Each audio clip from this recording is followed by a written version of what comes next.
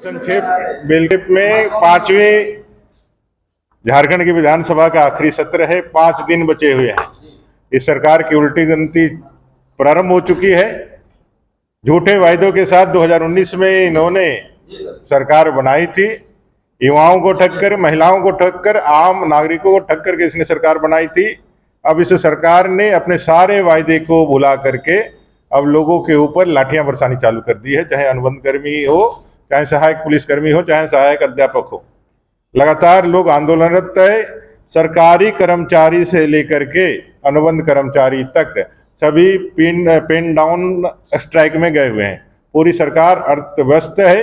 रातों रात डीजीपी बदल दिए जा रहे हैं। उनके अपने आपस में तालमेल भी खत्म हो गया है। और वहीं आदिवासियों की घटती संख्या पर जब भारतीय जनता पार्टी मुखर होकर के विषयों को उठाती है, डेमोग्राफी चेंज होकर के तुष्टीकरण और वोट बैंक की राजनीति के लिए ये लोग इतने नीचे गिर गए हैं कि आदिवासी युवाओं के ऊपर लाठीचार्ज करके रात के अंधेरे में जा करके पुलिस के द्वारा, अपने गुंडों के द्वारा मार करके मामले को डाइवर्ट करने का प्रयास करते हैं। तो ये डेमोग्राफी चेंजेस का विषय हो, बांग्लादेशी घुसपैठियों का विषय हो, बेरोजगारी युवाओं का विषय हो, जेएसएससी जेपीएससी में घोटाले घपले और उसमें जो गड़बड़ियां हैं उसका विषय हो, या फिर सुखाड़ का विषय, ये सारे मुद्दे लेकर के इस सरकार के पास हम लोग जाने वाले हैं। और सरकार से जवाब चाहते हैं कि आने वाले इस 5 दिन के अंदर अपने 5 साल के क्रियाकलापों का, जिसके चलते यह झारखंड बदनाम हुआ, झारखंड आज देश का सबसे बड़ा भ्रष्टाचारी राज्य बना, इसके ऊपर सरकार से हम लोग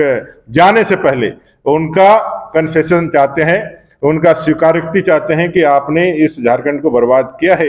ऐसा स्वीकारोक्ति करते हुए आपने वादा खिलाफी किया है। ऐसा स्वीकारोक्ति करते हुए आपने 1932 कत्यान आधारित नियोजन नीति, 5 लाख बेरोजगारों को प्रतिवर्ष रोजगार देना, 5,000 से 7,000 बेरोजगारी भत्ता देना, ऐसा आपने नहीं किया। अनुबंध कर्मियों को प्रमाणन नहीं किया। वायदा किया था, नहीं किया। इसको एक्सेप्ट करने के लिए हम लोग 5 दिन उनसे चाहेंगे कि वो जब जा रहे हैं तो अपने अंतिम समय में अपने गुनाह को कबूल करके अपने मन को हल्का करके जाए। जनता हम लोग को भेजिए। और ये जवाब जब निरंकुश सरकार डंडे और कानून के दुरुपयोग से करने का कोशिश करेगी, जैसे भानु जी पर उन्होंने केस लगा करके, झूठे केस लगा करके, उनके मंत्री ने केस लगवा करके एक दबाव बनाने का कोशिश किया है, मानसिक दबाव बनाने का कोशिश किया है कि भाई कोई लीडर उनके खिलाफ नहीं बोले। तो तानाशाह आप इतने बड़े नहीं हैं और आपके जेल में और आपके बंदूक की गोली में इतनी ताकत नहीं है कि भारतीय जनता पार्टी के कार्यकर्ता और उनके नेताओं के सच बोलने वाली जबान को रोक सके।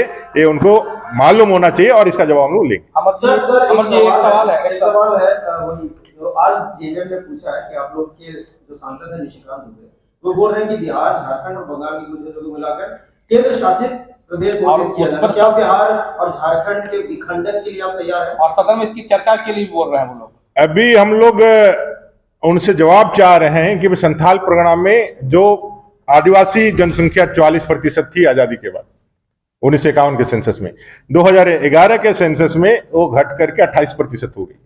वहीं मुस्लिम आबादी 9% थी, वो बढ़ करके 22% हो गई। 20 साल जो ये दरमियान है, इसमें आदिवासियों की संख्या और नीचे गई होगी। आज आदिवासियों की जमीन पे, एसपीटी के जमीन पे बड़े बड़े मस्जिद, बड़े बड़े कब्रिस्तान बन गए। सिद्धू कान्हू जी की जन्मभूमि भोगनाडीह, जहां से हूल आंदोलन 1855 में सिद्धू कान्हू जी ने किया था, 40,000 50,000 आदिवासियों को वहां जमा करके आंदोलन की बिगुल फूकी थी। आज वहां 5 से 7 परिवार ही आदिवासियों के बच्चे हैं। आज गाय बथान में होपनम मरांडी अपने जमीन को, दांदू हेम्ब्रम अपने जमीन पे जाता है तो मुस्लिम घुसपैठिए उनको मार करके हाजिर कर देते हैं। और ये सारे विषयों को लेकर के हमारा जवाब भी है। मेरा ये कहना है कि सरकार को जवाब देना चाहिए, जवाबदेही देना चाहिए कि भाई आप बताइए कि भाई ये सारे विषयों पर आप क्या कहते हो।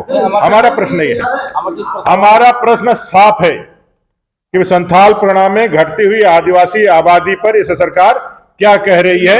आज जो पाकुड़ के हमारे आदिवासी युवाओं पर जो लाठीचार्ज हुआ, गाय बथान की घटना पे जो उन्होंने अपना आदिवासियों पे जो अत्याचार हुआ उसको लेकर के जब गए तो उसपे जो लाठीचार्ज हुआ उस पे सरकार क्यों नहीं बोल रही, इसका जवाब दें। मेरा हम लोगों का स्पष्ट मंतव्य है, बांग्लादेशी घुसपैठ के कारण झारखंड में जो डेमोग्राफी चेंज हो रही है, झारखंड के आदिवासी अस्मिता पे जो प्रश्न चिन्ह खड़ा हुआ है, आज यह संथाल परगना बांग्लादेश बनने के कगार पर है।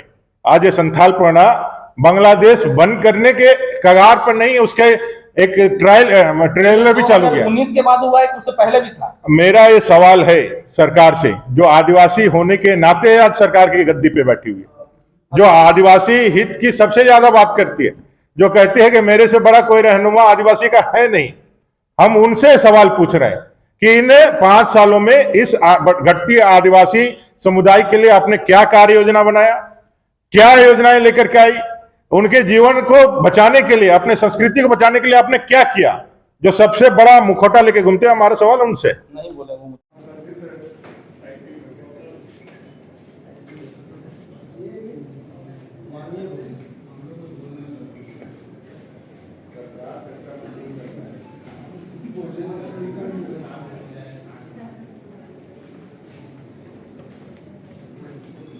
You're holding.